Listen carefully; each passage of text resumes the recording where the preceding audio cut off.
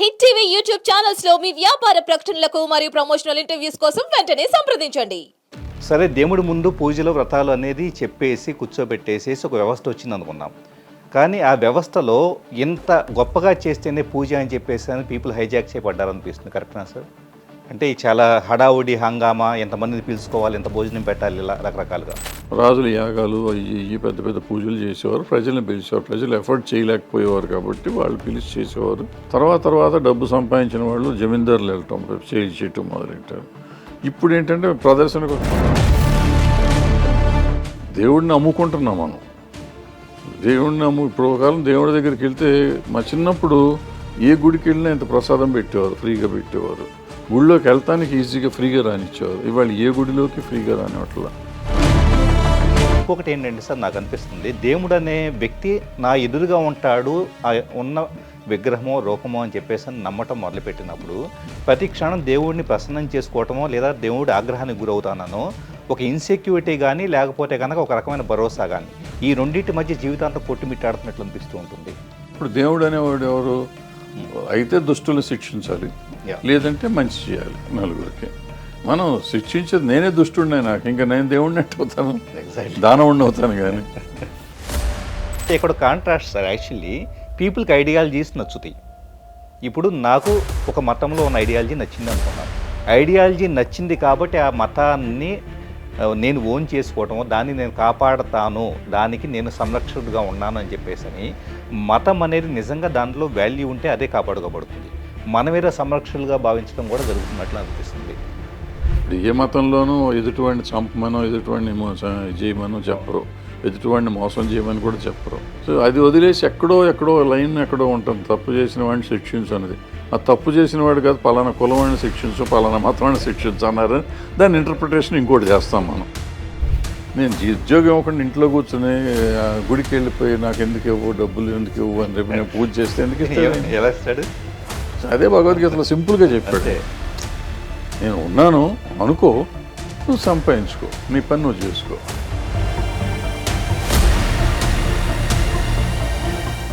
Sir Bharadwaj గారు, actually science spirituality, చాలామంది ఏంటంటే స్పిరిచువాలిటీ ఆధ్యాత్మికత అంటే కనుక సైన్స్కు సంబంధం లేదని, వాస్తవంగా చెప్పాలంటే కనుక దేవుడు ఉన్నాడా లేదా దీని గురించే ఎన్నో తరాల పాటు కొట్టుకుంటూ ఉన్నారు జనాలు.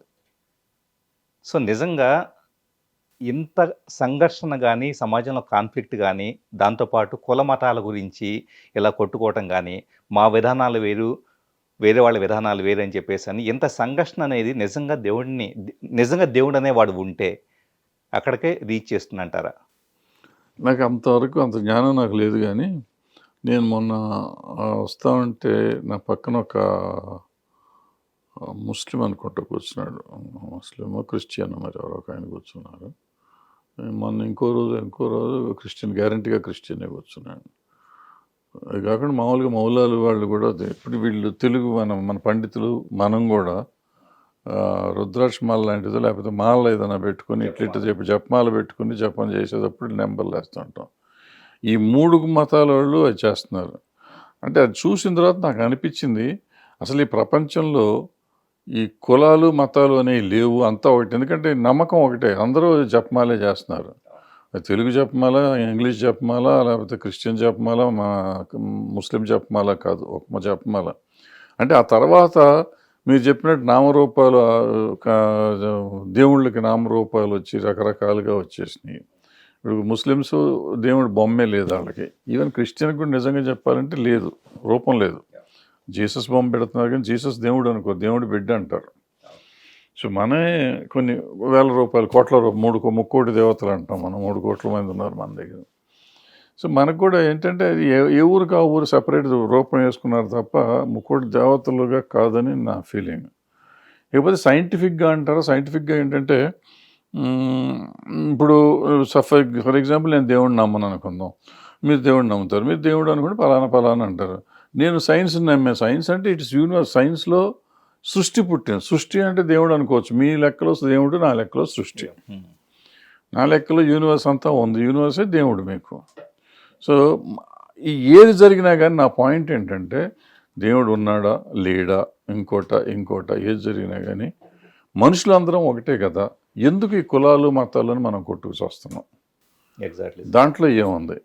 ఏ మతంలో ఏముంది, ఏ కులంలో ఏముంది? అన్నీ ఒకటే. ఇప్పుడు కులాలు మతాలు వచ్చేటప్పటికి భారతదేశమే ముందు పుట్టిన ప్రపంచంలో హిందూ మతమే ఉందా, లేకపోతే అటు యూరోప్లో క్రిస్టియన్ మతమే ఉందా ముందు వచ్చిందా ప్రపంచంలో, లేదా ముస్లిం ముందు వచ్చిందా? మళ్ళీ దీనికి అన్నిటికీ చరిత్రలు ఉన్నాయి.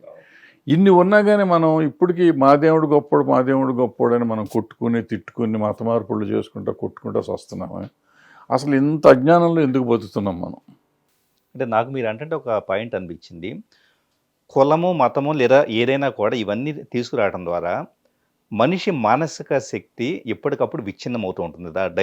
Dynamic nature of the mind అనేది రకరకాల వాటి మీదకి వెళ్తూ ఉంటుంది. కాబట్టి నీ మనసు మొత్తాన్ని ఒక దగ్గరికి తీసుకొచ్చి ఒక దేవుడు అనే రూపాన్ని సృష్టించేసి దేవుడి మీద దృష్టి పెట్టడం ద్వారా నీ మనసు ప్రశాంతంగా ఉంటుంది అని చెప్పేసి మనిషిని కేంద్రీకరించడం కోసం చేపట్టిన వ్యవస్థగా చెప్పుకోవచ్చా? 100% నేను ఒప్పుకుంటే ఈ విషయంలో. ఎందుకంటే దేవుడు ఉన్నా లేకపోయినా ఒక మెడిటేషన్ చేసాం అనుకున్నాం, డెఫినెట్గా మనసు కాంతి ఉంటుంది. దేవుడిని నమ్మినా నమ్మకపోయినా మెడిటేషన్ చేస్తే వస్తాం. సిమిలర్గా మనలో పూజలు పునస్కారాలు ఇవన్నీ కనిపెట్టిన వాళ్ళు ఎవరైనా ఎప్పుడు కనిపెట్టారు, ఎందుకు కనిపెట్టారు నాకు తెలియదు, కానీ అవన్నీ నిష్టగా చేస్తే ఆల్మోస్ట్ మెడిటేషనే. రోజు పొద్దున్నే పూజ చేయమంటారు. నిజంగా పొద్దున్నే పూజ అంటే మెడిటేషన్ చేయమని చెప్పకుండా పూజ చేయండి అన్నారు. ఒక బొమ్మ పెట్టి మెడిటేషన్లో ఏమంటారంటే శూన్యాన్ని చూడమంటారు.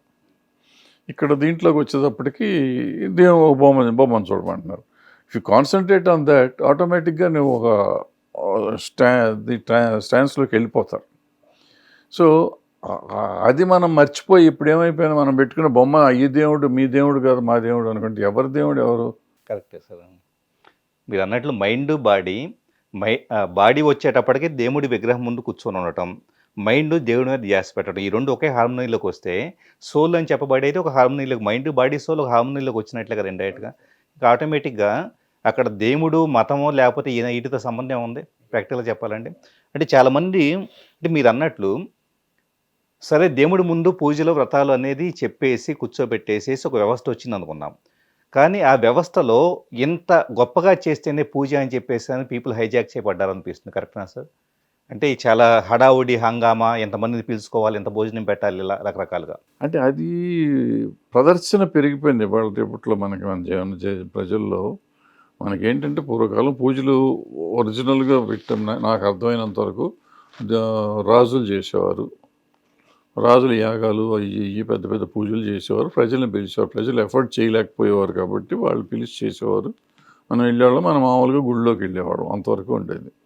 తర్వాత డబ్బు సంపాదించిన వాళ్ళు జమీందారులు వెళ్ళటం చేయటం మొదలెట్టారు. ఇప్పుడు ఏంటంటే ప్రదర్శన కోసం ఇప్పుడు డబ్బులు ఉన్నోళ్ళే చేస్తారు. ఇప్పుడు నేను వెళ్ళానుకోండి తిరుపతి, లైన్లో నుంచునే వెళ్ళాలి. అదే పలానా ఎక్స్ డబ్బున ఆయన వెళ్ళారనుకోండి, ఆయనకి ముందు సెక్యూరిటీ ఇచ్చి సెపరేట్ దర్శనం ఇస్తారు. మనము లైన్లో 3 రోజుల నుంచి లైన్లో నుంచుని ఉంటాం. సో దేవుడు కూడా మనకి ఇదైపోయాడు, ఫర్ సేల్. దేవుడిని అమ్ముకుంటున్నాం మనం. దేవుడిని ఇప్పుడు ఒక కాలం దేవుడి దగ్గరికి వెళ్తే మా చిన్నప్పుడు ఏ గుడికి వెళ్ళినా ఇంత ప్రసాదం పెట్టేవారు, ఫ్రీగా పెట్టేవారు. గుడిలోకి వెళ్తానికి ఈజీగా ఫ్రీగా రానిచ్చేవారు. ఇవాళ ఏ గుడిలోకి ఫ్రీగా రానివ్వట్లా. ఏ గుడిలోనే ప్రసాదాన్ని నమ్ముతున్నారు, దేవుడిని నమ్ముతున్నారు. దేవుడికి నైవేద్యం పెట్టాలంటే డబ్బులు అడుగుతున్నారు. దేవుడికి ఏది చేయాలన్నా ఏయో అంటారు కదా, అర్చన చేయాలంటే డబ్బులు, ఇంకోటి చేయాలంటే డబ్బులు, ప్రతిదానికి ఎంతో కొంత టికెట్ పెట్టి చేస్తున్నారు. అంటే మరి దేవుడిని అసలు మనం ఎందుకు అక్కడికి వెళ్ళి చేయాలి? ఇంట్లో ఎందుకు మనకు కూడా ఏమండి ఎలా మరి అమ్మో వాళ్ళు చేస్తారు నేను చేయాలి, ఈ ప్రదర్శన పెరిగిపోతాను. దాంతో ఏమిటి అనేది తెలియట్లేదు మనకి. ఎందుకు మనం ఇలా చేస్తున్నాము? నిజంగా భక్తి ఉందనుకోండి మనకి, మనం ఇందాక అనుకున్నట్టు కాన్సన్ట్రేషన్ అనుకోండి, అది ఇంట్లో చేసినా బయట చేసినా గుళ్ళోకి వెళ్ళి చేసినా. పూర్వకాలం గుళ్ళో ఎట్లా ఉండేదంటే ప్రశాంతంగా ఉండేది. ఆ గుళ్ళోకి వెళ్తే దేవుడు నమ్మేవాడికి నమ్మని వాడికి కూడా ఒక రకమైన ప్రశాంతత వచ్చేది, మంచి వైబ్రేషన్ ఉండేది. ఇవాళ ఏంటంటే మనం వ్యాపారానికి గుళ్ళు కడుతున్నాం, ఎక్కడ పడితే అక్కడ గుడి కట్టేస్తున్నాం. రోడ్డుకి అడ్డంగా వేస్తానికో లేకపోతే నేను ఆ ఊరిలో ఆ బస్తీలో పెత్తనం చేయటానికో గుళ్ళు కట్టే పరిస్థితి వచ్చి ఒక కమిటీ చేసుకుని నేను పెద్ద ఇదిగా చలామణి అవటానికి చేస్తున్నాం. దీంతో ఏమవుతుంది, వైబ్రేషన్స్ ఉంటలో ఇంతకుముందు తిరుపతి వెళ్తే అసలు మనకు విపరీతం, ఇప్పుడు ఆ గోడల్లో అసలు మనకేం తెలియట్లా.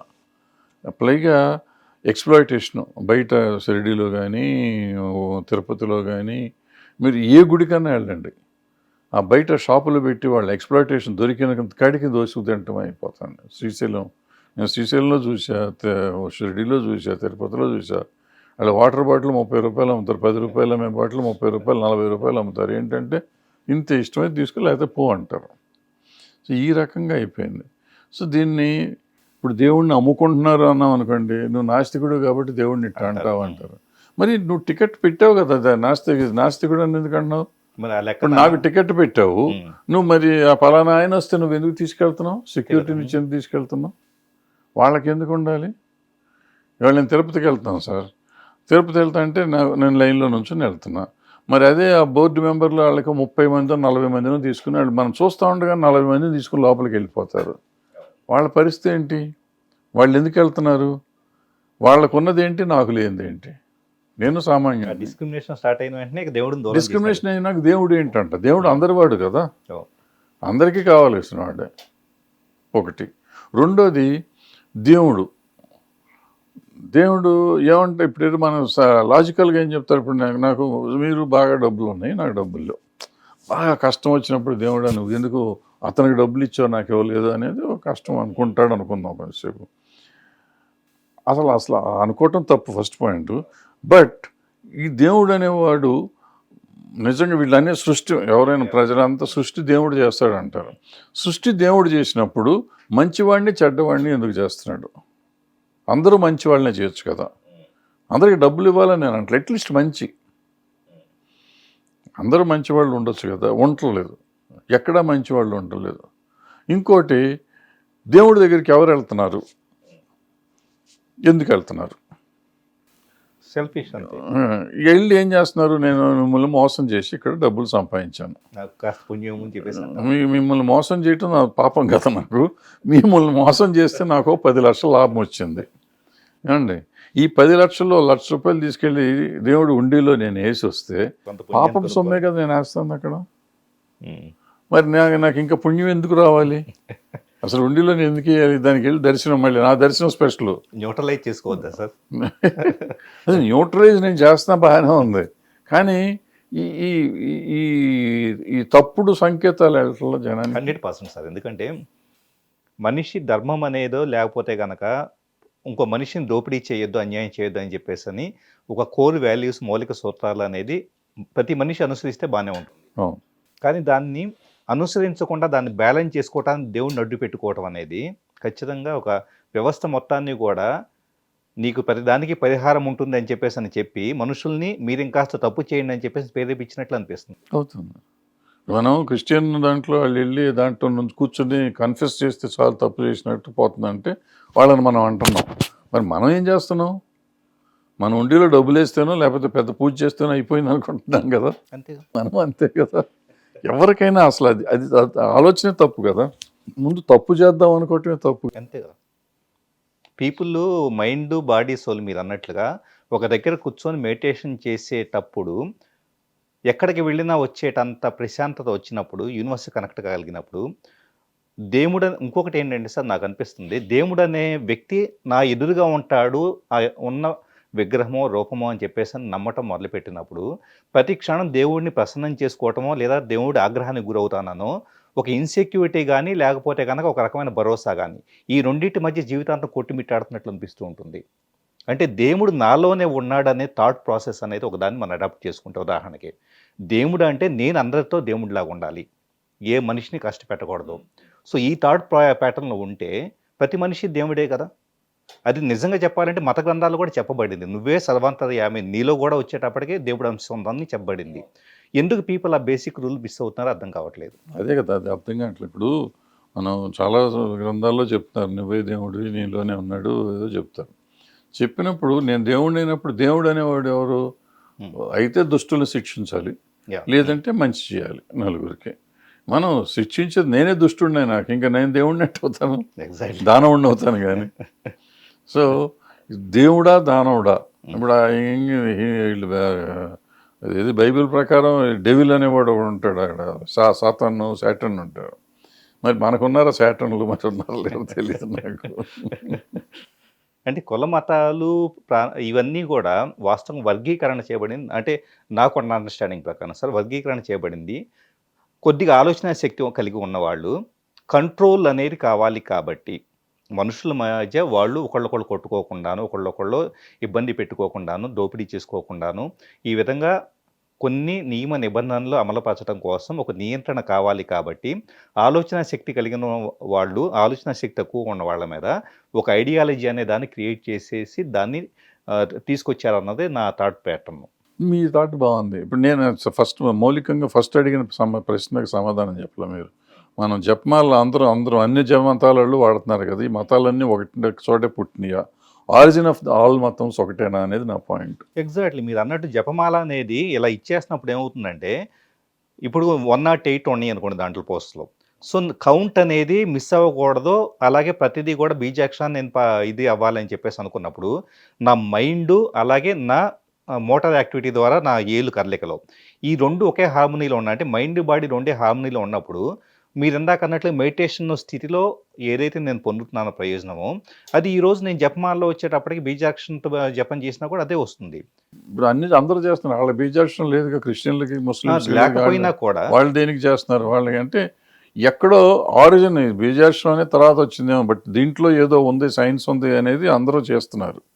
అది ఎవరు మొదలెట్టారో ఎందుకు మొదలెట్టారో తెలియదు. అంటే అన్ని ఆరిజిన్ ఆఫ్ ఎన్ని మతాలు ఉన్నాయో అన్ని మతాలకి ఒకటే ఉంది, ఆది ఒకటే. ఆ ఆదిని మనం మర్చిపోయి ఇప్పుడు మనం కొట్టుకుంటున్నాం. ఇవాళ పార్లమెంట్లో అనుకుంటే మొన్న పార్లమెంట్లో ఒక ఎంపీ గారు మాట్లాడుతాను, నాకు భలే ముచ్చటేసింది, బాగా సంతోషం వేసింది కూడా. ఈ కరోనా టైంలో ఎంతోమంది ఇదైపోయారు, చచ్చిపోయారు, ఇదైపోయారు. ఎంతోమందికి రక్తాలు ఇచ్చారు, ఎంతోమంది డాక్టర్లు ఉన్నారు, వీళ్ళంతా ఉన్నారు. ఆ రోజున మనం ఎవరమన్నా మతాలు కులాలు చూసామా? ఆ రోజున ఇప్పుడు మనకి రాజమండ్రి కాదు 2-3 చోట్ల మన ముస్లిం సోదరులు చాలామంది ఈ చచ్చిపోతే శవాలను తీసుకెళ్తానికి వాళ్ళే సపరేట్గా పెట్టి చేశారు కొంతమంది చాలా చోట్ల. మరి ఇవాళ మనం దుర్మార్గులు అంటున్నాం. మరి వాళ్ళు దుర్మార్గులు అయితే మరి మనం చేసేటప్పుడు ఎందుకు చేయించుకున్నాం? మన సోదరులు మనం చేయలేకపోయాం కదా. మన వాళ్ళు చచ్చిపోతే వాళ్ళు తీసుకెళ్ళి దహనం చేశారు, మనం దహనం చేస్తానికి వెళ్ళా. మనకు జబ్బులు వచ్చి చచ్చిపోతామని మనం భయపడ్డాం, వాళ్ళు చచ్చిపోతామని భయపడలా కొంతమంది. సో ఇట్లా మానవత్వం ఉండాలి. ఇప్పుడు రక్తానికి ఏమైనా రంగు ఉందా ఉంటాం, రక్తం అందరిది ఒకటే. ఏ రక్తం ఇప్పుడు మనం తీసుకునే రక్తం ముస్లిం రక్తమా, హిందూ రక్తమా, క్రిస్టియన్ రక్తమా అని చూడం, అంటాం. సో చేసుకున్నాక ఇవాళ ఎందుకు మనం మతాల కులాలను కొట్టుకుంటున్నాం? అందరం ఒకటే అనుకోవచ్చు కదా. ఈ మత మార్పిడి అంటారు. ఇప్పుడు నేను పలానా హిందూ మతంలో ఉన్నా, నేను వెళ్ళి క్రిస్టియనో ముస్లిమో అయ్యాను, నాకు ఏం తేడా వస్తుంది? నా రక్తం అదే, నా భాష అదే, నా పద్ధతి అదే, నా తల్లిదండ్రుల వాళ్ళే ఏమన్నా మారిపోతారా? బొమ్మ మారుతుంది. నేను వెంకటేశ్వర స్వామి బొమ్మ పెట్టే బదులు ఏదో అల్లా బొమ్మ పెడతాను, లేకపోతే క్రిస్ జీసస్ బొమ్మ పెడతాను. ఏం తేడా వస్తుంది నాకు? నేను ఎందుకు మారుతున్నాను?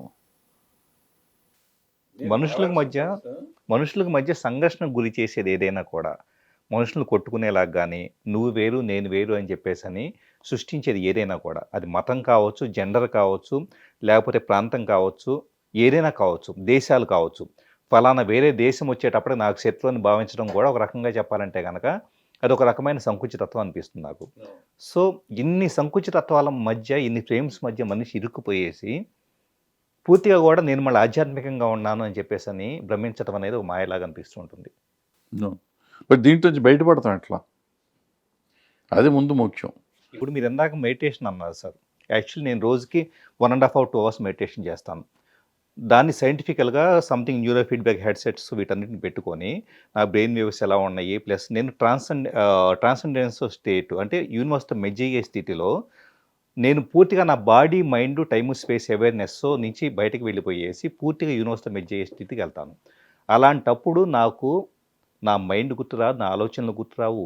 ఈ కులాలు, మతాలు, ప్రాంతాలు కానీ, మనుషులు కానీ, లేదా మనుషుల అభిప్రాయ విభేదాలు కానీ, లేకపోతే ఏమి గుర్తురాని స్థితి ఏదైతే ఉంటుందో ఆ స్థితికి మనిషి చేరుకోలేక ఈ పై లేయర్స్లో ఉండే జ్ఞానాన్ని ఇదే నిజమైన స్పిరిచువాలిటీ అని పీపుల్ భ్రమిస్తున్నారే అనిపిస్తుంది. దానికి మార్గం కావాలిగా. ఇప్పుడు మీలాంటి వాళ్ళు దీని మీద మాట్లాడేటప్పుడు ఈ ఈ ఈ వీళ్ళు మారాలి, ప్రజల్లో మార్పు రావాలి, మనుషుల్లో మార్పు రావాలి.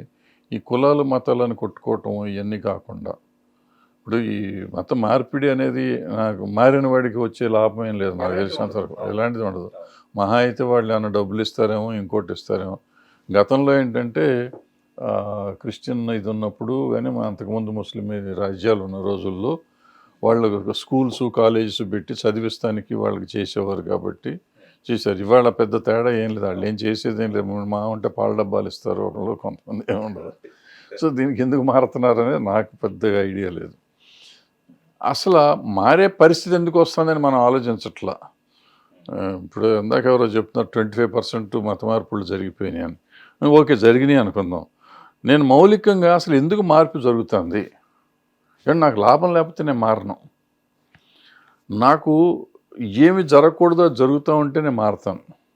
అంటే నాకు తినడానికి తిండి లేక నా బిడ్డల పిల్లలు కష్టపడతా ఉంటే నాకు అవతల వాడు ఏదో రూపాయో ₹10 పావాలని ఇస్తానంటే నాకు అట్లీస్ట్ కొంతన్నది గడుస్తుంది కదా అని నేను వెళ్తున్నాను.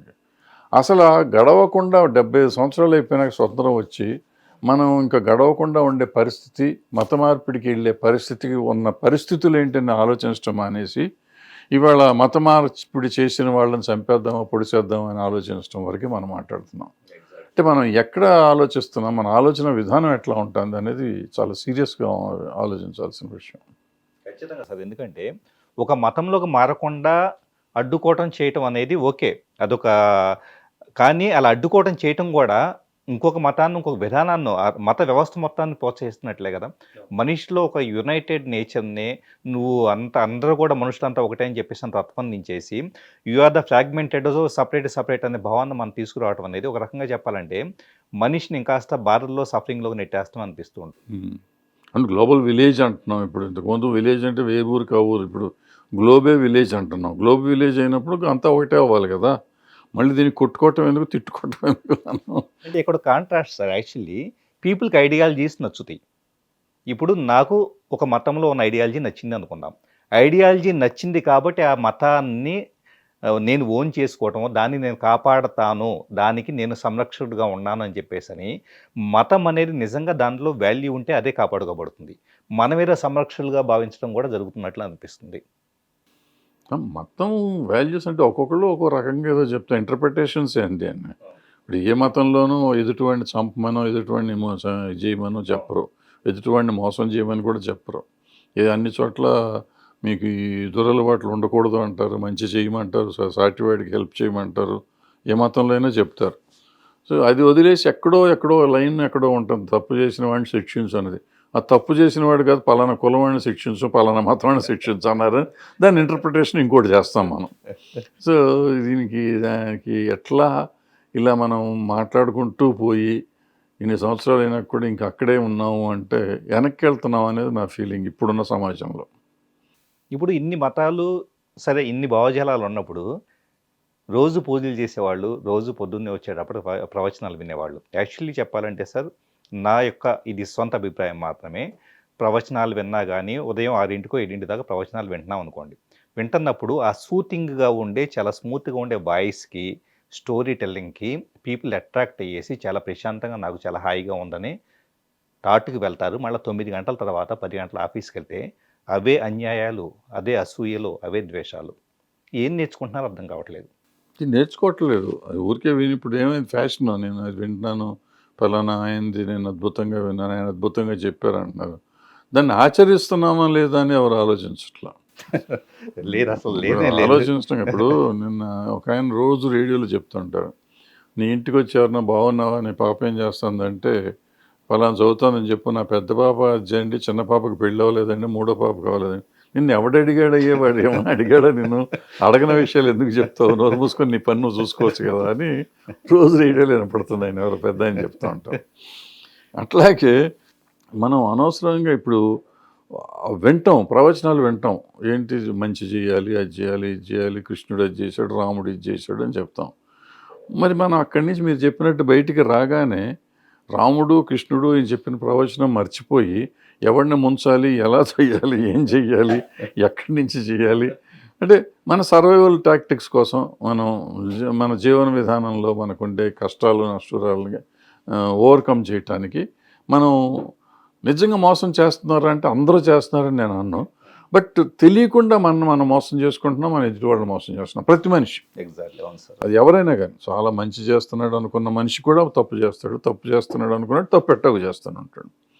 సో ఇది ఎప్పుడు మారుతుంది, ఎలా మారుతుంది, ఎప్పటికి మారుతుంది? ఇప్పుడు మీరంతా ఈ కొంచెం ఈ థియరీస్ అని మీరు చూస్తున్నారు కాబట్టి మాకు అసలు ఏం లేదు, ఊరికే గాలి కౌరులు చెప్పేవాళ్ళమే. కానీ ఈ థియరీ చూస్తున్న వాళ్ళు మీ థియరీ ప్రకారం వెళ్తే ఎప్పటికన్నా ఈ సమాజంలో మార్పులు వస్తాయా?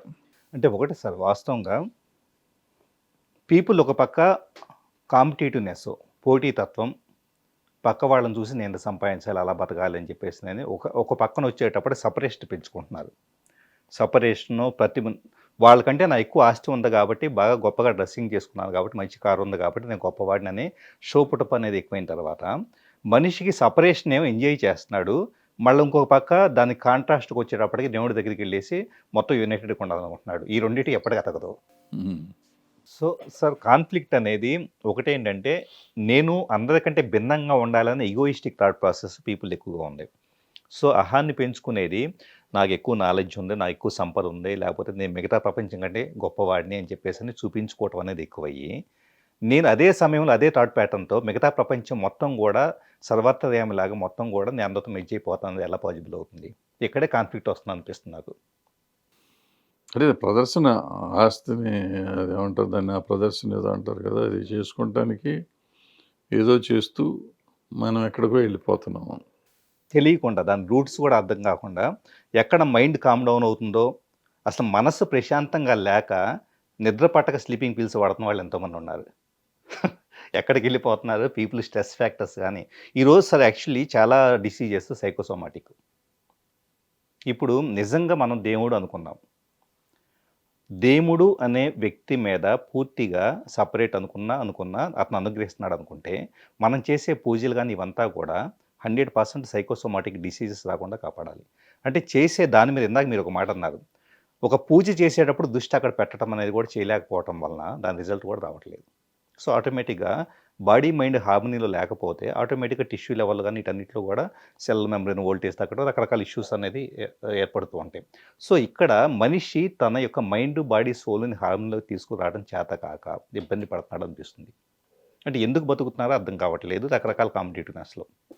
అంటే మనకి ఆలోచన అక్కడే ఉంటుంది. ఇప్పుడు మనం గుడికి వెళ్ళినా, బడికి వెళ్ళినా, ఇంకోటికి వెళ్ళినా కానీ నా ఆలోచన ఎంతసేపు నా పక్కోడు, మీరు ఇందాక చెప్పినట్టు పక్కోడి ఆస్తుల గురించో, పక్కోడు పెరుగుదల గురించో ఆలోచిస్తున్నా, లేదంటే నా ఎదుగుదల కోసం నేను పడాల్సిన తాపత్రయం, కష్టం కోసం ఆలోచిస్తూ ఉంటే మీరు చెప్పింది కాన్సన్ట్రేట్ చేయలేను నేను. ఎగ్జాక్ట్లీ. ఇప్పుడు మనం ఈ తీసుకుందాం, ఏదైనా చర్చిలోకి వెళ్తాం. చర్చిలోకి వెళ్తే వాళ్ళు సైలెంట్గా ఉంటుంది అది. ఎప్పుడు వాళ్ళు ఏదో ఆయన చెప్తాడు, వీళ్ళు అంతా అయిపోయినాక ఆమెన్ అంటారు తప్ప ఇంకేం ఉండదు. వైబ్రేషన్ వస్తుంది. మసీదుకి వెళ్తాం, వాళ్ళు ఏదో అది చూసి కింద మీద వంగుతారు, ఏదో చేస్తారు, బట్ అక్కడ ఒక ఇది వస్తుంది. ఈవెన్ మనం గుడికి వెళ్తాం, మన గుడికి వెళ్తే గుడిలో మనం ఈ పూజలు చేస్తూ ఉంటే వాళ్ళు మంత్రాలు చదువుతారు. డెఫినెట్గా మంత్రాలు మనకు అర్థమయ్యే కాదు, పనికి వచ్చేయా పనికి రావా అని పక్కన పెట్టేస్తే ఆ మంత్రోచ్చారణ చేస్తున్నప్పుడు ఒక వైబ్రేషన్ వస్తుంది. మనం దాని మీద కాన్సన్ట్రేట్ చేస్తే అది దానికి దాంట్లో ఏం అర్థం ఉందో కూడా మనకు అనవసరం. వాళ్ళు ఒక అరగంట మంత్రాలు చదువుతూ ఉంటారు బ్రాహ్మణులు. వాళ్ళు సరిగ్గా తర్వాత బూతులు లేకుండా వాళ్ళు చదివితే నిజంగా దాంట్లో ఒక వైబ్రేషన్ ఉంటుంది. దాన్ని మనం కాన్సన్ట్రేటెడ్గా వింటే మనకు ఒక తెలియకుండా ఒక స్టాన్స్లోకి వెళ్ళిపోతాం. అది అసలు లేదు ఇవాళ. మనం ఎందుకు చేస్తున్నాం, నేను వెళ్ళి అర్చన చేస్తున్నది ఏదో చెప్తారు, పెద్ద పూజలు ఉంటాయి కదా, 10,000 రూపాయలు 20,000 రూపాయల పూజలు, అది నేను చేస్తున్నాను చెప్పుకుంటానికి వెళ్తున్నారు తప్ప, ఆ చేసినప్పుడు దాని మీద వీళ్ళు ఫుల్గా ఉంటే అట్లీస్ట్ ఆ రోజన్నా ప్రశాంతంగా ఉంటారు. తర్వాత అంతా అక్కర్లా, అట్లీస్ట్ ఆ రోజు ఆ గంట సేపు అక్కడ పూజ సిన్సియర్గా చేస్తే టోటల్గా బాడీలో ఒక రకమైన రీవ్యాంప్ అయిపోతుంది. బట్ అది ఎప్పుడు రివాంప్ అవుతుంది? వాళ్ళు నిజంగా దాని మీద కాన్సన్ట్రేట్ చేస్తే. శ్రద్ధ పెడితే నేను డబ్బులు పెట్టాను, నేను చూపించాను, పక్కన వాళ్ళని 10 మందిని తెచ్చుకున్నాను, వాళ్ళంతా చూస్తున్నారా, నేను ఖర్చు పెట్టాను, నేను ఈ పూజ చేశాను చూడండి అని చెప్పుకుంటాం అయితే అవ్వదు. వచ్చిన పని నువ్వు సిన్సియర్గా చేసుకుంటే అవుతుంది. మీదంతా కరెక్ట్ సార్. యాక్చువల్లీ మంత్రం అనేది వాస్తవంగా నేను సౌండ్ హీలింగు ఫ్రీక్వెన్సీస్ ఇట్మే స్టడీ చేశాను సార్. ఒక పదాన్ని పలికేటప్పుడు రా అనే పదాన్ని పలికేటప్పుడు యా అనే పదాలు పలికేటప్పుడు ఇప్పుడు చక్రాస్ అని ఎనర్జీ 7 చక్రాస్ ఎనర్జీ ప్యాటర్న్స్ ఉంటాయి మూలాధారాలని సహస్రాలకు. ఎక్కడెక్కడ శబ్దం అనేది ఒక మంత్రం పలికేటప్పుడు బీజాక్షరాలు కానీ ఇచ్చేసేటప్పుడు ఎక్కడెక్కడ వైబ్రేషనల్ ప్యాటర్న్ వచ్చినప్పుడు ఆ వైబ్రేషనల్ ప్యాటర్న్ ఇప్పుడు మూలాధార చక్రం ఉందనుకోండి, స్మాల్ ఇంటెస్టైన్, పెద్ద పేగు, చిన్న పేగు, వీటికి సంబంధించిన ఎనర్జీస్ని మేనిఫెస్ట్ చేస్తూ ఉంటుంది.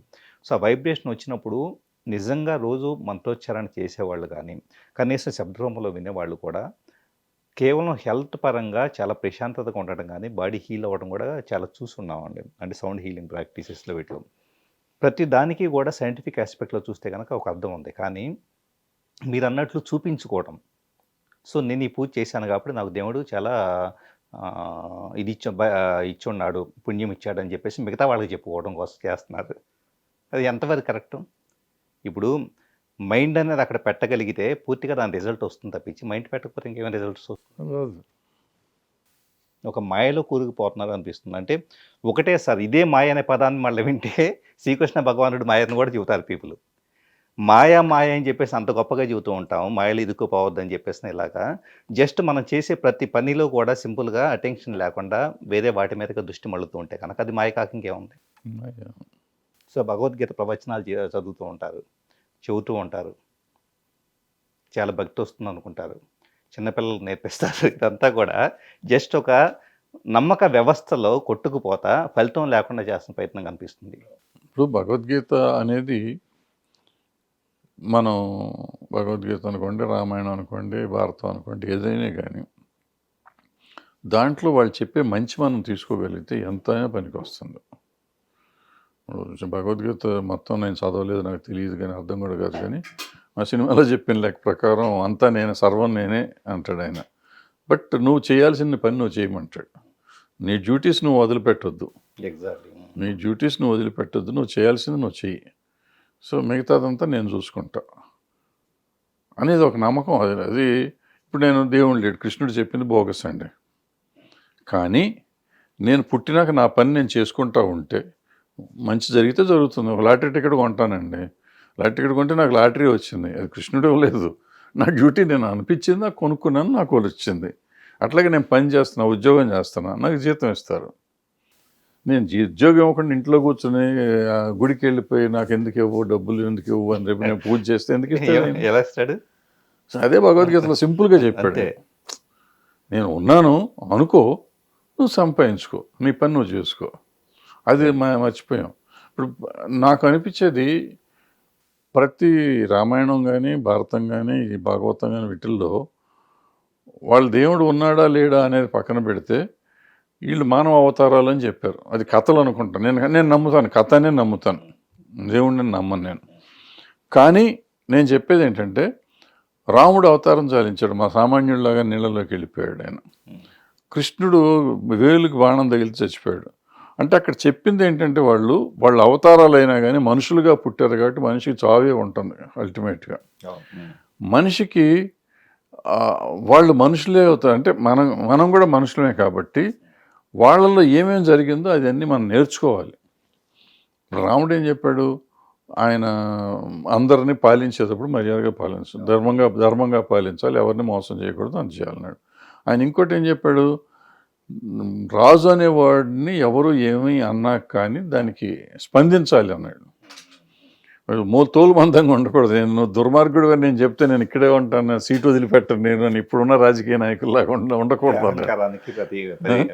ఆయన ఏమన్నాడు? సింపుల్గా భార్యను ప్రేమించేవాడే సీతని ఒక చాకలతను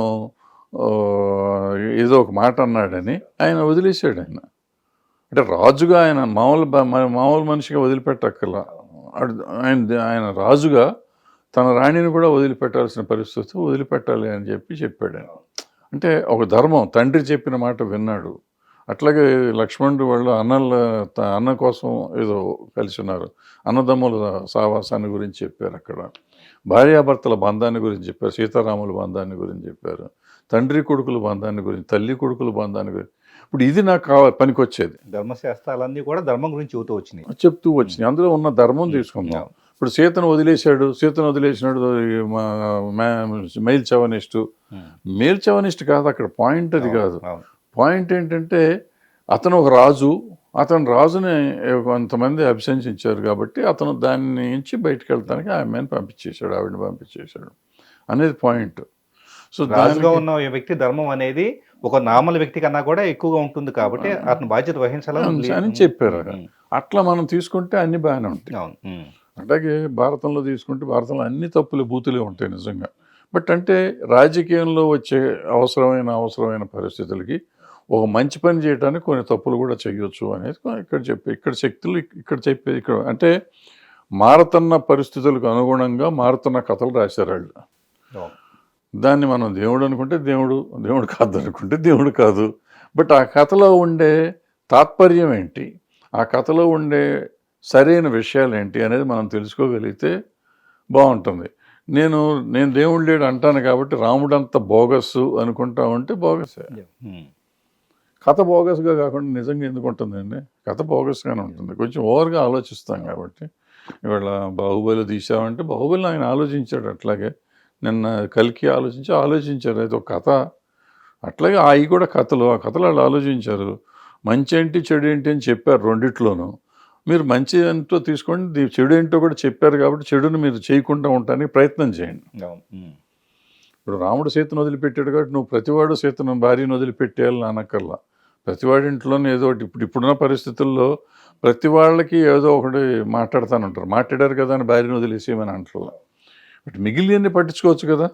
మిగతా కోర్ వాల్యూస్ చాలా ఉన్నాయి కదా. అదే కదా కోర్ వాల్యూస్. మనిషి సమాజం పట్ల ఎలా ప్రవర్తించాలి, అలాగే తోటి మనిషితో ఎలా ప్రవర్తించాలి, ఇవన్నీ చెప్పబడి ఉన్నప్పుడు ఫ్యామిలీతో, తల్లిదండ్రులతో ఎలా ఉండాలి, అన్నదమ్ములతో ఎలా ఉండాలి, ఇవన్నీ చెప్పాడు కదా.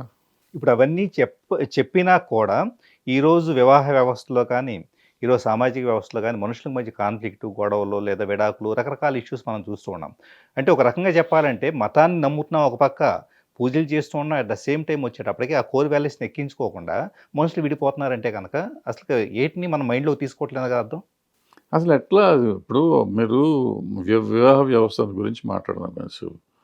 వివాహ వ్యవస్థ జరిగినప్పుడు ఒక పెళ్ళి సెటిల్మెంట్ అయ్యేదాకా మనుషులు పెళ్ళి జరిగేదాకా కూడా అబ్బాయి అమ్మాయి ముఖం చూసుకోకూడదు.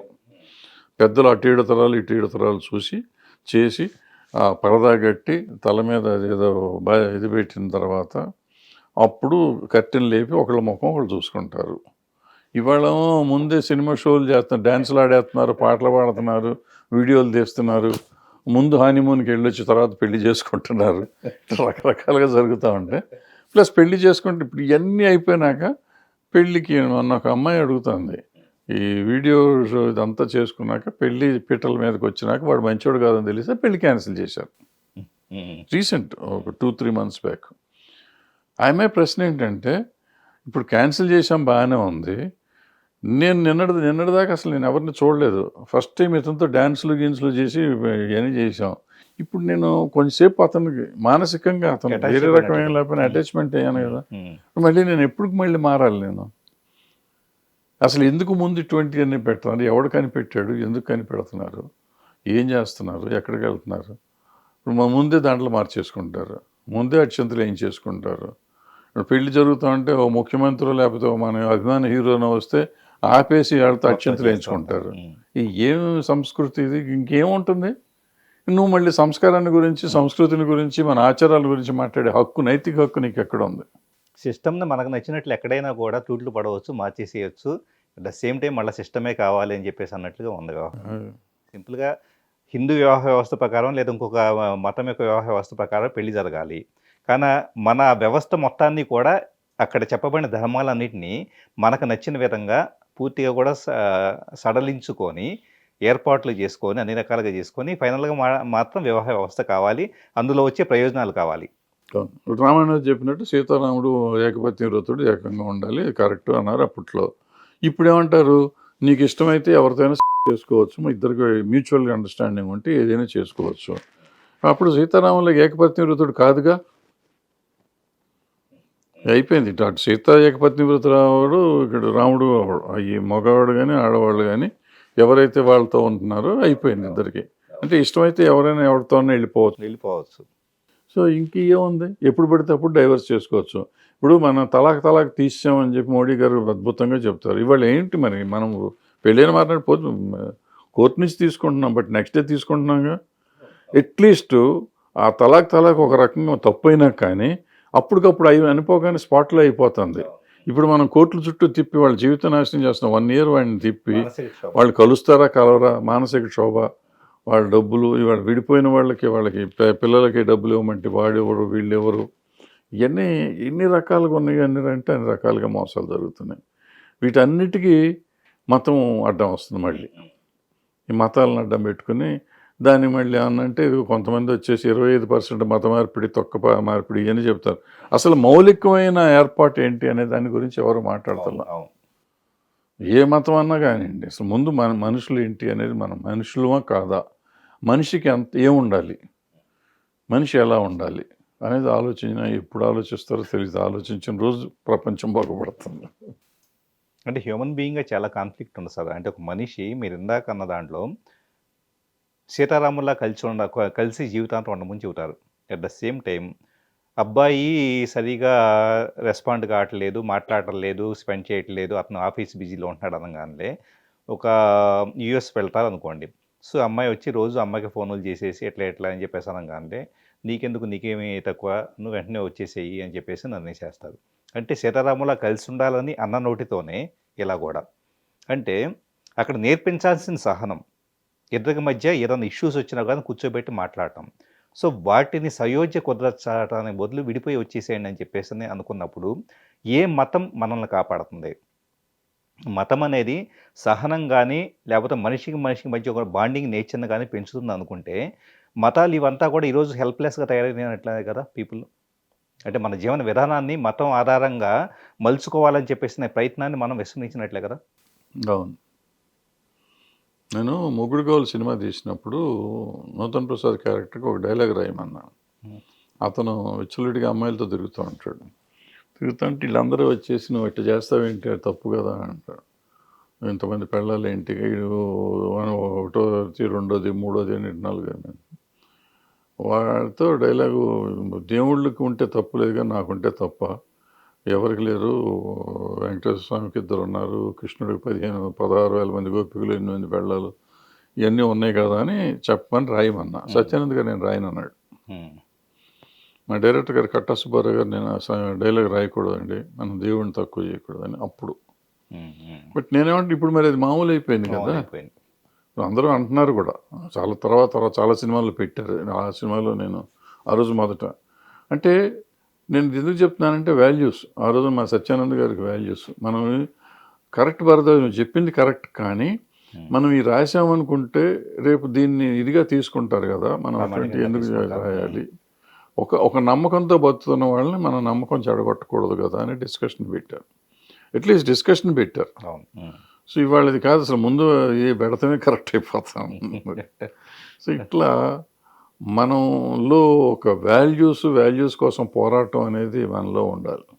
ఉండటం అనేది లేదు, అసలు ఎవరిలోనూ లేదు. ఒక వాల్యూ అనేది ఎవరికి లేదు నాకు తెలిసి. సో దాని మీద పోరాటాలు అసలు లేవు. మనం ఎంతసేపు ఏంటంటే ఎవరిని బ్లేమ్ చేయాలి, ఎవరిని హేట్ చేయాలి, హేట్రెడ్ మీద బతికేసి ఎలాగైనా ఈ దేశంలో ఒక విచ్ఛిన్నకర శక్తిలాగా తయారైపోతున్నాం ప్రతి మనిషి. వీళ్ళు వాళ్ళు అని కాదు, మనం ఎవరో ఒకరిని బ్లేమ్ చేద్దామని కాదు, బట్ అందరూ అన్ని రకాల తెలియకుండానో తెలుసో వాళ్ళకి వాళ్ళు ద్రోహం చేసుకుంటూ దేశానికి ద్రోహం చేస్తున్నారని నా ఫీలింగ్. కరెక్టే సార్. ఎందుకంటే ఒకటే వాళ్ళకి వాళ్ళు ద్రోహం చేసుకోవడం అనేది ఒక మాట మీరు అన్నా చూసారా. ఒక సిస్టమ్ పెట్టారు అనుకుందాం, ఒక సిస్టమ్ పెట్టేసి ఒక అతి చిన్న విషయం ఏంటంటే స్నానం చేయకుండా దేవుడి దగ్గరికి దండం పెట్టుకోవడానికి వెళ్ళకూడదు అని అనుకుందాం. సో దేవుడి దగ్గర దండం పెట్టుకోవడానికి వెళ్ళిన ప్రతిసారి కూడా నేను ఒకవేళ స్నానం చేయకుండా వెళ్తే కనుక నాలో ఒక కాన్ఫ్లిక్ట్, ఒక రకమైన గిల్ట్ ఫీలింగ్, అయ్యో దేవుడు ఇచ్చేస్తాడని చెప్పేసి. దేవుడు అంటే ఉండాల్సిన నాకు భక్తి కానీ ప్లస్ నమ్మకం కానీ ఆటోమేటిక్గా నాకు భయం ఏర్పడుతుందంటే కనుక మీరు కొన్ని నియమాలు పెట్టేసి ఆ నియమాల అనుగుణంగా నేను ఉండకపోతే కనుక నేను శిక్షించబడతాననే ఒక లోయర్ కాన్షియస్నెస్ థాట్ ప్యాటర్న్ అనేది పెంచడం ద్వారా మనిషిని దేవుడికి దూరం చేస్తున్నారేమో అనిపిస్తుంది. ఒక్కోసారి కుంచుకుపోయేలా చేస్తున్నారో అనిపిస్తుంది. అలా కాదు. నేను ఎగ్జాంపుల్ చెప్తాను మీకు. మనం చిన్నప్పుడు పిల్లలుగా ఉన్నప్పుడు అన్నం తినకపోతే బూచోడు వస్తాడు, దెయ్యం వస్తుంది అని చెప్పి అన్నం భయపెట్టి తినిపిస్తారు. అట్లాగే స్నానం చేయకపోతే దేవుడికి దండం పెట్టుకోవాలమ్మా, దండం పెట్టుకోకపోతే దేవుడికి కోపం వస్తే నీకు ఇది అయిపోతుంది అంటే దేవుడు ఉండటం కాదు అక్కడ. నాకు పొద్దున్నే పూజ చేయాలంటే స్నానం చేయాలి. స్నానం చేయటం ఇంపార్టెంట్. ఇక్కడ దేవుడి దండం పెడతాం పెద్ద ఇంపార్టెంట్ కాదు. రోజు పొద్దున్నే లేచి నిద్ర లేచినాక స్నానం చేసి బయటికి రావాలి అనేది పాయింట్. అది చిన్నప్పటి నుంచి అలవాటు చేయడానికి దేవుడిని అడ్డం పెట్టుకున్నారు, అన్నం తినడానికి దెయ్యాన్ని అడ్డం పెట్టుకున్నారు. సో మనని తయారు చేయటం కోసం కొన్ని దేవుడిని దెయ్యాలని సృష్టించాడు. మనిషే సృష్టించి మనిషి తన అవసరాలకు పిల్లలను చేసి మనం దాంతో ఏంటంటే పిల్లప్పుడు నేను మరి ఎగ్జాంపుల్ చెప్తానండి. నా చిన్నప్పుడు మెడ్రాస్లో ఉండేవాడు. నేను విపరీతమైన నాన్ వెజిటేరియన్ తినేవాడిని. తినని నాన్ వెజిటేరియన్ లేదు నాకు అప్పుడు 4 ఏళ్ళు 5 ఏళ్ళు. ఈ టైప్లో ఉన్నప్పుడు నాకు మా కిందంతా బ్రాహ్మణులు ఉండేవారు, తమిళ బ్రాహ్మణులు అంతా. వీళ్ళందరూ కూర్చోబెట్టి నాకు రోజు బ్రెయిన్ వాష్ చేశారు. ఏమని మాంసం తింటే లేకపోతే ఇవన్నీ తింటే నాన్ వెజిటేరియన్ తింటే నరకానికి వెళ్తాం, నరకానికి వెళ్తే ఆయిల్లో సలసల కాగే నూనెలు పడేస్తారు, ఇవి ఉంటాయి కదా, ఇవన్నీ చెప్పారు. ఈ చెప్తా ఉంటే మీరు నమ్మరు, ఆ రోజు నుంచి ఈ రోజు వరకు నేను నాన్ వెజిటేరియన్ తిన్నాను. మానేసి అప్పటి నుంచి. తర్వాత కాలంలో నాకు అది తప్పంది, బోగస్ అని తెలిసిన, బోగసో కాదో తర్వాత సంగతి. బట్ నేను ఇప్పటికి మానేసి, ఇప్పటికి తర్వాత కొన్ని పరిస్థితుల్లో చికెన్ మాత్రం తింటున్నాను. బట్ నేను నాన్ వెజిటేరియన్ మానేసి. అంటే పిల్లల మనసులో అంత స్ట్రాంగ్గా పడుతుంది. అంటే నేను ఆ ఊహ తెలుస్తున్న టైంలో మానిన వాడిని ఆల్మోస్ట్ కాలేజ్ అయిపోయి పెళ్ళి అయ్యేదాకా, అంటే నాకు 26-7 వచ్చేదాకా నేను తినలా. 26-7 వచ్చిన తర్వాత కూడా ఒక్క ఐటెం మాత్రమే తినలేదు. మీరు అన్నది కరెక్ట్ సార్. కాకపోతే ఒక ఇబ్బందికరమైన విషయం ఏంటంటే ప్రతి చిన్నదానికి కూడా దేవుడి దెయ్యాన్ని ఆస్థాగా తీసుకుంటా పోతే ఆల్మోస్ట్ స్నానం తగ్గించి ప్రతిదానికి కూడా ఆస్థాగా తీసుకుంటా పోతే తెలియకుండా దేవుడు అంటే నా దృష్టిలో ఎనర్జీ. నేను క్వాంటమ్ ఫిజిక్స్ నేర్చుకున్నాను. ఎనర్జీ అనేది ఒకటి ఉంటుంది యూనివర్స్కి. We can manifest anything. ఏది మైండ్ బాడీ సోల్ కనెక్టివిటీ ఉంటే కనుక యూనివర్స్ అనేది అది సూపర్ పవర్ అనుకోండి, ఎనర్జీ అనుకోండి, లేకపోతే కనుక అందరిగా అర్థమయ్యే భాషలో దేవుడు అనుకోండి. దానికి నేను దూరం అయిపోతున్నాను, నాకు దేవుడు అనేవాడు అనుగ్రహించడేమో, నేను ఈ తప్పు చేస్తున్నాననే భావన వచ్చినప్పుడు మనిషి బాడీ మైండ్ సోల్ హార్మోనీలకు రాదు. సో తెలియకుండా జీవితాంతం మీ యొక్క కంఫర్ట్ కోసం దేవుణ్ణి మనుషులు దూరం చేస్తున్నట్లే కదా? కాదు. ఎందుకు కాదంటే మీరు చూడండి, చిన్నప్పుడు అట్లీస్ట్ ఒక 5 ఏళ్ళు 6 ఏళ్ళు అంటే పూర్తిగా తెలిసేదాకా దేవుడిని మంచి పనులుగా, ఎంత దుర్మార్గులైన తల్లిదండ్రులైనా కానీ పిల్లలకి మంచి కోసమే వాడతారు. మంచి పని కోసమే దేవుడిని అడ్డం పెడతారు. దేవుడికి కోపం వస్తుంది, దేవుడి కోసం ఇది చేయాలి, దేవుడి కోసం అది చేయాలని చెప్తూ ఉంటారు. సో మంచి కోసమే చెప్తారు, చెడు కోసం వాడరు. దెయ్యాన్ని ఎప్పుడు వాడతారు? చెడు కోసం వాడతారు, భయపెడతానికి వాడతారు. దేవుడికి కూడా భక్తితోనే చెప్తారు, భయం చెప్పరు, దెయ్యానికి భయం చెప్తారు. సో ఇది మనకి ఎక్కితే, ఇందాక నేను నాన్ వెజిటేరియన్ నేను మానేశాను, అది ఎక్కితే మనకి పిల్లలకి ఆ జీవితాంతం ఒక రకమైన భక్తితో కొన్ని విలువలను పాటిస్తానికి అవకాశం ఉంటుంది. కొన్ని విలువలు పాటిస్తానికి అవకాశం ఉంటుంది.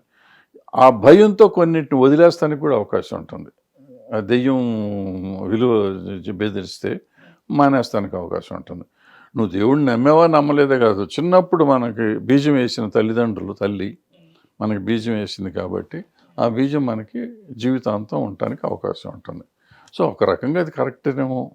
అంటే నాకు ఈ కాన్ఫ్లిక్ట్ ఎందుకు వచ్చిందంటే సార్, యాక్చువల్లీ ఇప్పుడు మెడిటేషన్ చేసే స్టార్టింగ్లో మంచిగా స్నానం చేయాలి, చాప వేసుకో కూర్చోవాలి, ఎక్కడ కాముగా ఎవరో లేని దగ్గర కూర్చోవాలి, ఇలాగా ఒక 10-12 కండిషన్స్ చెప్పేవాళ్ళు గురువులు అనుకునేవాళ్ళు. కానీ అలాగా 10-12 కండిషన్స్ తర్వాత నేను ఒక దగ్గర మెడిటేషన్‌లో కూర్చోవాలంటే గనక, వాస్తవంగా నేను ఒక 2 రోజులు, 3 రోజులు చేసేసి మానేసేస్తా. కామన్‌గా ఎవరైనా ఎక్కువ మంది అదే చేస్తారు. నేను యాక్చువల్లీ ఇప్పుడు మీతో మాట్లాడుతున్నా కూడా మోస్ట్ ఆఫ్ ద టైమ్ నేను మెడిటేటివ్ స్టేట్‌లో ఉంటున్నా. ఒక చిత్రకారుడు ఒక బొమ్మని గీస్తున్నా, మనం మాట్లాడుకుంటున్నా, లేదా ఇంకొకళ్ళు తదేక దీక్షతో ఏదన్నా చేస్తున్నా. Meditation mind, body, soul connectivity ఉంది. సో, ఈ సందర్భంలో ఇలా ఉంటే మాత్రమే దేవుడు అనుగ్రహిస్తాడు అని చెప్పేసిన దానికన్నా, when your mind, body, soul ఒక దానికి వెళ్ళిపోతే గనక, దాన్ని మించిన హైయెస్టో ఇది లేదని చెప్పేసి అనేది స్థితిని పీపుల్‌కి అలవాటు చేసుంటే బాగుండేదా అని నా థాట్. అదేమో తెలీదు కానీ మీరు చెప్పిన దాంట్లో మనం ఏమీ చేయక్కర్లా.